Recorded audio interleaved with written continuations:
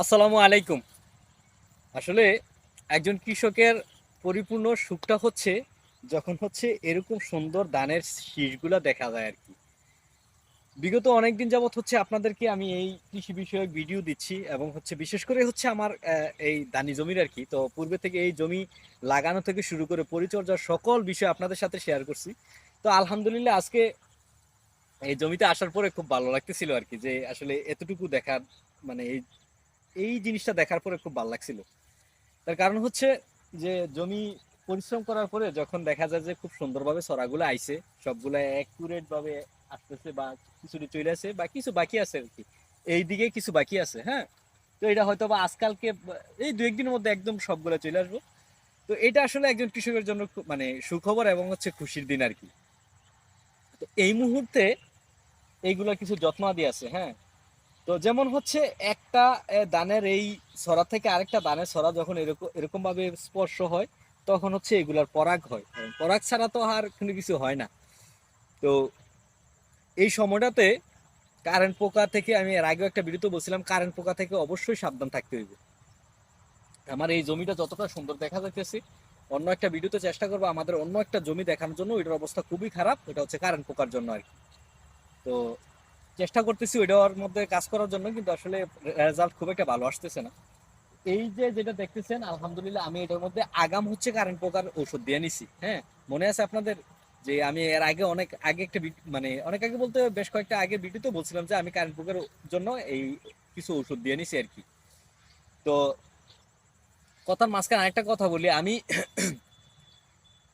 অনেক আগে হচ্ছে আমাদের জমিতে লাগে এই খুঁটি গাড়া দিছিলাম। হ্যাঁ, এরকম একটা বাঁশের খুঁটি গাড়া দিছিলাম। তার কারণ হচ্ছে আমি যদি আপনাদেরকে দেখাই, হয়তো পাখিটা উড়ে গেছে, যে পাখিটা উঠতেছে ওইটা হচ্ছে এই খুঁটিতে বসেছিল। ওরা হচ্ছে পোকা খাওয়ার জন্য মানে খুব দ্রুত এই পাখিগুলো, হ্যাঁ, পোকাও খায় অনেক, সারাদিন হচ্ছে খুঁটিগুলোতে বসে থাকে। তো আপনারা যারা এখন হচ্ছে এই যে ধানের ছড়াটা বাইর হইতেছে, তো এই মুহূর্তে চেষ্টা করবেন কোনো ধরনের কীটনাশক ব্যবহার না করার জন্য। এবং হচ্ছে সার তো অবশ্যই না, সার কোনোভাবেই ব্যবহার করবেন না। ধানের ছড়া যদি ছোটও আসে কিংবা বড় আসে, ধানের ছড়ার মধ্যে সার ব্যবহার করার কোনো প্রয়োজন নাই। যদি আমি আসলে কারোর সাথে তুলনা করা পছন্দ করি না, যদি আমার পাশের জমিতে চিন্তা করি, ওনার থোরগুলো একটু ছোট আছে, তার কারণ হচ্ছে এই জমিটা অনেক পরে লাগাইছিল। হ্যাঁ, কিন্তু থোর যেহেতু চলে আসে, থোরগুলো অনেক ছোট।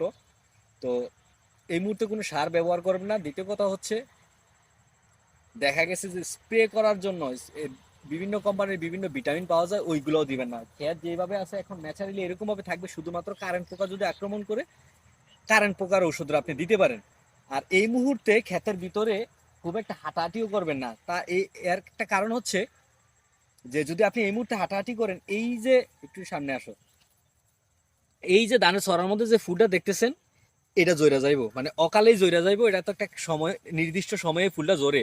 যদি অকালে ফুলটা জইরা যায় তাহলে পরাগ ভালো হবে না, ধানে চিটা হওয়ার সম্ভাবনা থাকবে বেশি। আরেকটা কথা হচ্ছে, যদি আপনাদের মনে হয় যে কারেন্ট পোকার সম্ভাবনা আছে, ধান ক্ষেত খুব বেশি ঘনত্ব হয়ে গেছে, তাহলে প্রতি 10 ফিটে, প্রতি এই ক্ষেতের 10 ফিট অন্তর অন্তরায় এরকম ভাবে জমির কেলগুলা ভাগ করে দিবেন, দুই দিকে হচ্ছে আলাই দিবেন। তখন যেটা হইব, ইঁদুর এবং কারেন্ট পোকা দুইটা থেকে বাঁচতে পারবেন। হ্যাঁ, বিশেষ করে হচ্ছে কারেন্ট পোকা হচ্ছে ঘনত্ব যে জায়গাটা, ওইসব জায়গা হচ্ছে আক্রমণ করে। তো আপনি যদি ওইরকম ভাবে প্রতি 10 ফিট জায়গায় এরকম ফাঁকা করে দেন, মানে প্রতি 10 ফিট পর পর একদম জমির প্রথম থেকে শুরু থেকে শেষ পর্যন্ত যদি এরকম ভাবে ফাঁকা করে দেন, তাহলে আপনি হচ্ছে এই কারেন্ট পোকা থেকে বাঁচতে পারবেন, আর ইঁদুরের আক্রমণ থেকেও বাঁচতে পারবেন। আর আরেকটা কথা হচ্ছে, এখন যেটা বলতেছিলাম আর কি, যে ক্ষেতের ভিতরে যত মানে টুকু চেষ্টা করবেন যেন কম হাঁটাহাঁটি করা যায়, যেন এর পরাগগুলা নষ্ট না হয়, এই ফুলগুলা যেন জয়রা না পড়ে। যদি ফুলগুলা অকালে জয়রা পড়ে তাহলে চিটা হওয়ার সম্ভাবনা খুব বেশি। তো সবাই ভালো থাকবেন, দেখা হবে আবার আপনাদের সাথে অন্য একটা ভিডিওতে। আসসালামু আলাইকুম।